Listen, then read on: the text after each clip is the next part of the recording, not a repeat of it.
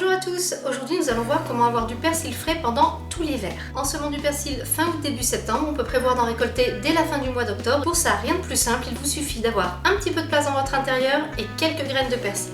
Pour choisir votre variété de persil, là c'est en fonction de vos goûts, persil plat, persil frisé, c'est à vous de voir.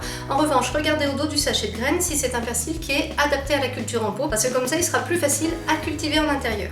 Ensuite, comme c'est quelque chose qu'on va mettre dans nos assiettes, je vous conseille quand même de choisir des graines bio. On en trouve assez facilement maintenant, que ce soit en jardinerie ou sur internet. Le prix n'est pas forcément exorbitant, donc si vous pouvez, tournez-vous vers du bio, ce sera toujours plus naturel.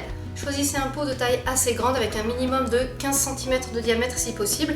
Vous n'avez pas forcément besoin de beaucoup de profondeur puisque le persil a plutôt tendance à s'étaler latéralement, ses racines ne vont pas très loin en profondeur. En revanche, ne prenez pas un pot trop petit, souvent ça ne permet pas à la plante de se développer suffisamment. Là je vais faire des essais dans des petits pots pour voir jusqu'où on peut aller, mais vous restez sur un grand pot si vous voulez être sûr d'avoir une récolte correcte. Il vous faudra des billes d'argile ou du gravier, quelque chose pour faire une couche de drainage au fond du pot afin que les racines ne trempent pas dans l'eau. Et au niveau du substrat, je vais mélanger à parts égales du terreau de plantation avec du terreau pour plantes potagères. Mais si vous avez seulement du terreau de plantation ou du terreau de rempotage, ça fera très bien l'affaire. On a réuni tout ce qu'il faut, on passe aux travaux pratiques. Première étape, 24 heures avant le semis, donc il faut anticiper, faites tremper vos graines dans un peu d'eau. Ça permet de ramollir leur enveloppe et de favoriser la germination et donc on gagne du temps sur la levée. On commence par faire une couche de drainage au fond du pot. Maintenant que ma couche de drainage est faite, je vais ajouter mon substrat, donc à savoir un mélange de terreau pour plantes potagères et de terreau de rempotage. Une fois que j'ai mis assez de substrat dans mon pot, je vais l'humidifier avant de déposer les graines. Ça me permet de savoir que mes graines vont bien adhérer au substrat et ne vont pas aller se promener n'importe où quand je vais rajouter la petite couche par-dessus.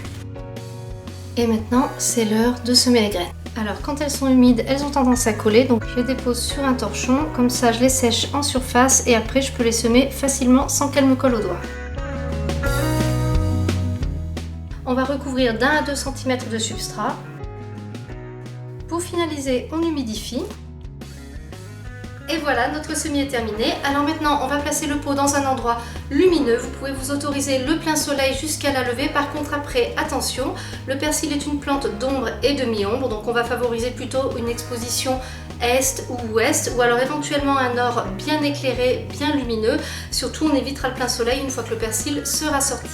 Pour favoriser la germination et la levée, n'oubliez pas de vérifier tous les jours que votre substrat reste bien humide. C'est ce qui permet aux graines de bien germer. Pour la suite des opérations, je reviens dans quelques semaines avec une vidéo sur la culture et l'entretien des semis après la levée.